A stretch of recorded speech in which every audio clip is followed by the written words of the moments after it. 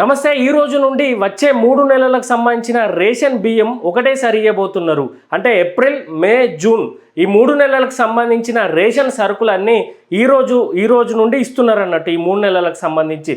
ఎందుకంటే ఒకటి ముఖ్యంగా కేంద్ర ప్రభుత్వం ఏం చెప్తుందంటే ఎండలు బాగా ఉన్నాయి కాబట్టి ఈ నెల రావడం పోవడం ఇబ్బంది అవుతుంది కాబట్టి ఒకటేసారి 3 నెలలకు సంబంధించిన రేషన్ సరుకులు ఇస్తున్నామని ఒకటి. రెండోదేమో బియ్యం చాలా నిల్వలు ఉన్నాయి, మళ్ళీ ఇంకో 2-3 నెలలు అయితే మళ్ళీ స్టాక్ వస్తుంది, రైతుల దగ్గర నుండి కొంటాం కాబట్టి ఆ స్టాక్ క్లియర్ చేయడానికి ఈ 3 నెలలకు సంబంధించి ఒకటేసారి ఇస్తున్నామని ఒకరు అంటున్నారు. ఇంకొన్ని సోషల్ మీడియాలో నడుస్తున్న ఈ వార్తకు సంబంధించి ఏంటంటే ఒకవేళ యుద్ధం లాంటిది తీవ్ర పరిణామం దాల్చితే ఇజ్రాయెల్ అమెరికా మధ్యలో ఏమన్నా అయితే రేషన్ బియ్యం మన పేద ప్రజలకు సంబంధించిన సదుపాయాలు కలిగించడానికి మోడీ ఈ నిర్ణయం తీసుకున్నాడని కొంతమంది సోషల్ మీడియాలో అంటారు.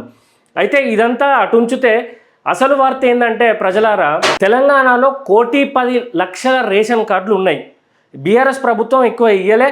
కాంగ్రెస్ ప్రభుత్వం ఏర్పడ్డాక అంటే ఈ 2.5 సంవత్సరాలల్లా కాంగ్రెస్ ప్రభుత్వం 5,60,000 కొత్త రేషన్ కార్డులు ఇచ్చినాక దొడ్డు బియ్యం ప్రజలు చక్కగా తింటలేరు, దాన్ని అక్రమంగా రవాణా చేస్తున్నారు, అది దుర్వినియోగం అవుతుంది, ప్రభుత్వం పేద ప్రజల కోసం చేస్తున్న పథకం దుర్వినియోగం అవుతుందని చెప్పి వాళ్ళే ఒక ఆలోచనకు వచ్చిళ్ళు. దొడ్డు బియ్యం బదులు సన్న బియ్యం పెడితే పేద ప్రజలు ఇవి తీసుకొని వాళ్ళు ఉపయోగించుకుంటారని చెప్పి నిర్ణయానికి వచ్చిళ్ళు. వాళ్ళు నిజంగానే సన్న బియ్యం పెట్టుడుతోటి రేషన్ షాప్ల ముందు మనం చూస్తూనే ఉన్నాం, బారులు తీరే లైన్లతోటి పేద ప్రజలు కానీ దిగువ మధ్యతరగతి కుటుంబాలు రేషన్ బియ్యం తీసుకొని వినియోగించుకుంటున్నారు. ఈ రేషన్ కార్డులు ఇచ్చినందుకు వాస్తవానికి కాంగ్రెస్ పార్టీకి మంచి మైలేజే వచ్చింది.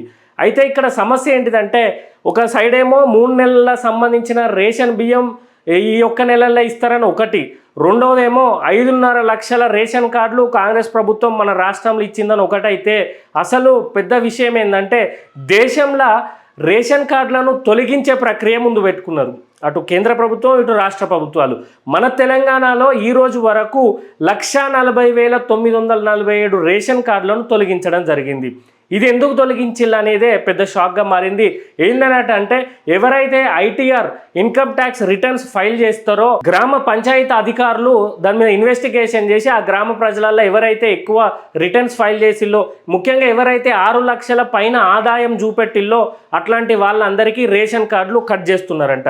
అయితే ఇక్కడ రాష్ట్ర ప్రభుత్వం కానీ కేంద్ర ప్రభుత్వం కానీ అర్థం చేసుకోవాల్సింది ఏంటంటే చాలా మంది ప్రజలు ముఖ్యంగా తెలంగాణ రాష్ట్రంలో దిగువ మధ్యతరగతి కుటుంబాలు పేద ప్రజలు ఏం చేస్తున్నారంటే ఏదైనా బండి కొనడానికో లేకపోతే ఏమైనా వెనకటి నుండి వచ్చిన జాగా ఉంటే దాంట్లో ఇల్లు కట్టుకోవడానికో లోన్ కోసం పోయినప్పుడు ఆ బ్యాంక్ అధికారులు మీరు ఐటీఆర్ ఫైల్ చేసినట్టు అయితేనే మేము లోన్ ఇస్తామంటే పాపం వాళ్ళు ఈ 4-5 సంవత్సరాల నుండి ఐటీఆర్ ఫైల్ చేసుకుంటా ఉన్నారు. అయితే పాపం వాళ్ళు లోన్ కోసము ఐటీఆర్ ఫైల్ చేస్తే ఇప్పుడు రేషన్ కార్డే తొలగించే వరకు వచ్చిందని చాలా మంది తీవ్ర ఇబ్బందులు పడుతున్నారు. వాళ్ళ అవసరాల కోసం చిన్న అవసరాల కోసం లోన్ కోసం వెళ్తే ఐటీఆర్ కట్టాలని చెప్తే ఐటీఆర్ కట్టినందుకు పైగా అందులో 4 లక్షలు దాటినా 6 లక్షలు దాటినా ఐటీఆర్ ఫైల్ చేయడంలో ఈ రేషన్ కార్డులు జీపీఓ అధికారులు నిఘా పెట్టి వాళ్ళను రేషన్ కార్డు నుండి తీపిస్తున్నారు.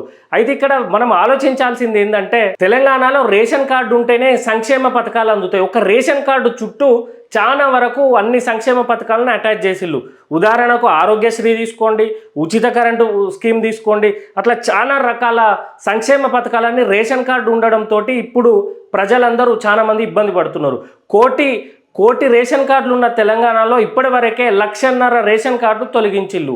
దాంతో తెలంగాణ ప్రజలు బిక్కుబిక్కుమని భయపడుకుంటున్నారు. ఒకవైపేమో కొత్త రేషన్ కార్డులు వచ్చినాయని సంబరం, ఇంకోవైపేమో మా కార్డు ఎప్పుడు మా రేషన్ కార్డు ఎప్పుడు తొలగిస్తారనే బాధతోటి తెలంగాణ ప్రజలు బాధపడుతున్నారు. కాబట్టి రేవంత్ రెడ్డి గారు మీరు ఒకసారి ఆలోచించాలి. గత 10 ఏళ్ళు తెలంగాణ ప్రజల సంపదను రక్తాన్ని బీఆర్ఎస్ పార్టీ వాళ్ళు దోచుకున్నారు. ఇప్పుడు మీరు దోచుకొని కేరళం ఎన్నికల్లో మీరు ఆ పార్టీకి సంబంధించి కాంగ్రెస్ పార్టీ యూడీఎఫ్కి సంబంధించి మీరు ఆడ నిధులు కుమ్మరిస్తున్నారు.